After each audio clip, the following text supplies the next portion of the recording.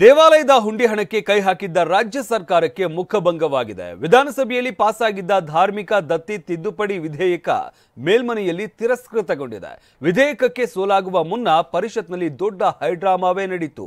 ಈ ಕುರಿತ ಒಂದು ರಿಪೋರ್ಟ್ ಎಲ್ಲಿದೆ?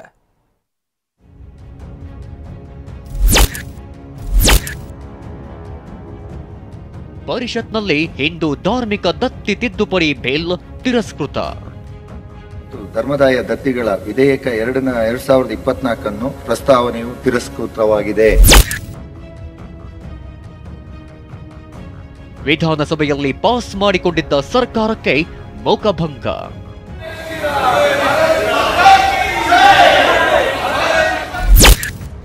ಹುಂಡಿ ಹಣಕ್ಕೆ ಸರ್ಕಾರ ಕೈ ಹಾಕಿದೆ ಎಂಬ ವಿವಾದಕ್ಕೆ ಕಾರಣವಾಗಿದ್ದ ಹಿಂದೂ ಧಾರ್ಮಿಕ ದೇವಸ್ಥಾನಗಳ ತಿದ್ದುಪಡಿ ವಿಧೇಯಕಕ್ಕೆ ಭಾರೀ ಹಿನ್ನಡೆಯಾಗಿದೆ.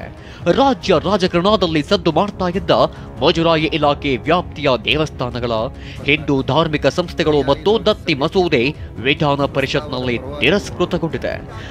ನಿಮ್ಮ ಉಬ್ಬಿದ ರಕ್ತನಾಳಗಳ ಸಮಸ್ಯೆಗೆ ಎವಿಸ್ ಆಸ್ಪತ್ರೆಯಲ್ಲಿ ಕೇವಲ 30 ನಿಮಿಷದ ಲೇಸರ್ ಚಿಕಿತ್ಸೆಯೊಂದಿಗೆ ಮುಕ್ತಿ ಹೊಂದಬಹುದು. ಹೆಚ್ಚಿನ ವಿವರಗಳಿಗಾಗಿ ಸಂಪರ್ಕಿಸಿ 8088837300. ತಿರಸ್ಕೃತ ಆಗುವ ಮುನ್ನ ಮೇಲ್ಮನೆಯಲ್ಲಿ ದೊಡ್ಡ ಹೈಡ್ರಾಮವೇ ನಡೆಯಿತು. T20 ಮ್ಯಾಚ್ನಂತೆ ಕುತೂಹಲ ಮೂಡಿಸಿದ್ದ ಬಿಲ್. ವಿಧಾನಸಭೆಯಲ್ಲಿ ಅಂಗೀಕಾರಗೊಂಡಿದ್ದ ಹಿಂದೂ ಧಾರ್ಮಿಕ ಸಂಸ್ಥೆಗಳು ಮತ್ತು ಧರ್ಮಾದಾಯ ತಿದ್ದುಪಡಿ ವಿಧೇಯಕವನ್ನು ನಿನ್ನೆ ಮುಜರಾಯಿ ಸಚಿವ ರಾಮಲಿಂಗಾರೆಡ್ಡಿ ಪರಿಷತ್ನಲ್ಲಿ ಮಂಡಿಸಿದ್ರು. ವಿಧೇಯಕದಲ್ಲಿ ಇದ್ದ ತಿದ್ದುಪಡಿ ಅಂಶಗಳಿಗೆ ಬಿಜೆಪಿ ಹಾಗೂ ಜೆಡಿಎಸ್ ಸದಸ್ಯರು ತೀವ್ರವಾದ ಆಕ್ಷೇಪ ಮತ್ತು ವಿರೋಧ ವ್ಯಕ್ತಪಡಿಸಿದ್ರು.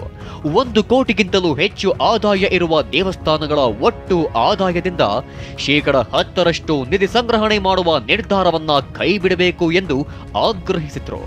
ಈ ಅಂಶವನ್ನ ಕೈಬಿಟ್ಟರೆ ಮಾತ್ರ ವಿಧೇಯಕಕ್ಕೆ ಬೆಂಬಲಿಸುತ್ತೇವೆ, ಇಲ್ಲದೆ ಹೋದರೆ ವಿಧೇಯಕಕ್ಕೆ ವಿರೋಧಿಸುತ್ತೇವೆ ಎಂದು ಪಟ್ಟು ಹಿಡಿದ್ರು. ನಿವ್ವಳವಾಗಿ ನೀವು ಮೊದಲು ಏನು ಖರ್ಚು ವೆಚ್ಚಗಳನ್ನು ತೆಗೆದು ಉಳಿದಿಡುವ ಹಣದಲ್ಲಿ ಶೇಕಡ ತಗೊಳ್ತೀರಲ್ಲ, ಅದನ್ನು ಮುರ್ಜಿತಗೊಳಿಸಿ ನಾವು ಒಪ್ಕೊಳ್ತೇವೆ. ಇಲ್ಲದೆ ಇದ್ರೆ ನಮ್ಮ ಬಿಲ್ಲಿಗೆ ನಮ್ಮ ವಿರೋಧ ಉಂಟು. ಒಂದು ಹಂತದಲ್ಲಿ ಬಿಜೆಪಿ ಸದಸ್ಯರ ಆಗ್ರಹಕ್ಕೆ ಮಣಿಯಲು ಮುಂದಾದ ಸಚಿವ ರಾಮಲಿಂಗಾರೆಡ್ಡಿ ಸೋಮವಾರ ಬಿಲ್ ಅನ್ನ ಮತ್ತೆ ಮಂಡಿಸುತ್ತೇನೆ ಎಂದು ಪ್ರಸ್ತಾಪಿಸಿದರು. ಇದಕ್ಕೆ ನಿಯಮಗಳಲ್ಲಿ ಅವಕಾಶ ಇಲ್ಲ ಎಂದು ಆಕ್ಷೇಪಿಸಿದ ಉಪಸಭಾಪತಿ ಪ್ರಾಣೇಶ್ ಒಮ್ಮೆ ಪರ್ಯಾಲೋಚನೆಗೆ ತೆಗೆದುಕೊಂಡ ಬಿಲ್ ಅನ್ನ ಮತಕ್ಕೆ ಹಾಕಬೇಕಾಗುತ್ತೆ ಎಂದು ಸೂಚಿಸಿದರು.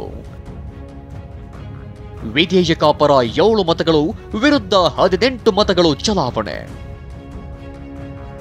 ಬಿಲ್ ತಿರಸ್ಕೃತ, ಬಿಜೆಪಿ ಸದಸ್ಯರಿಂದ ಜೈ ಶ್ರೀರಾಮ್ ಘೋಷಣೆ.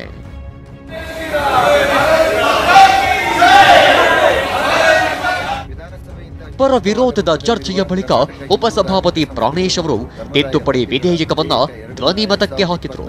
ವಿಧೇಯಕದ ಪರವಾಗಿ 7 ಮತಗಳು ಚಲಾವಣೆಯಾದರೆ ವಿಧೇಯಕದ ವಿರುದ್ಧವಾಗಿ 18 ಮತಗಳು ಚಲಾವಣೆಯಾದವು.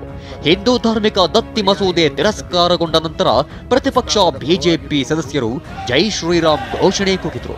ಇದಕ್ಕೆ ಪ್ರತಿಯಾಗಿ ಕಾಂಗ್ರೆಸ್ ಸದಸ್ಯರು ಭಾರತ್ ಮಾತಾ ಕಿ ಜೈ ಹಾಗೂ ಜೈ ಭೀಮ್ ಎಂದು ಘೋಷಣೆ ಕೂಗಿದ್ರು. ಪ್ರಸ್ತಾವವು ಇಲ್ಲ ಎನ್ನುವರ ಪರವಾಗಿದೆ. ಪ್ರಸ್ತಾವನೆಯು ತಿರಸ್ಕೃತವಾಗಿದೆ.